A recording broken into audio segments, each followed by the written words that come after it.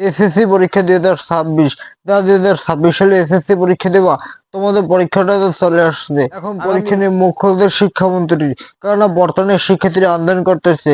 গতকাল শাহবাগ সহ দেশের বিভিন্ন বোর্ডে গিয়ে শিক্ষার্থীরা আন্দোলন করতেছে। তাদের দাবি হলো, আমাদের পরীক্ষার সময় এত কঠোর কেন, এত বছর তো ছিল না। এইবারে কথা বলতে শিক্ষামন্ত্রী, তিনি বলছেন এত বছর বিএনপি ক্ষমতা ছিল না, কারণ বিএনপির সময় সবসময় শিক্ষাকে গুরুত্ব বেশি দেওয়া হয়। কারণ শিক্ষার্থীরা যদি ভালোভাবে পড়ালেখা না করে, ভবিষ্যতে তারা দেশ চালাতে পারবে না। যার কারণে আমি চাইছি শিক্ষা ব্যবস্থাকে উন্নত লেভেলে নিতে।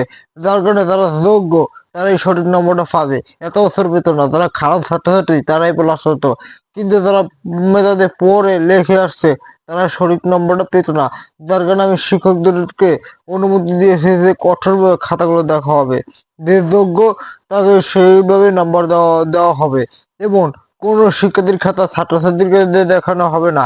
এবং সিসি ক্যামেরা, কারণ খারাপ ছাত্রছাত্রীরা পাশ করে চলে আসে, এতে ভবিষ্যতে ইউনিভার্সিটিগুলোর সিট সংখ্যা নিয়ে প্রতিযোগিতার কারণে অনেক শিক্ষার্থী ভালো ভালো শিক্ষার্থী চান্স পায় না।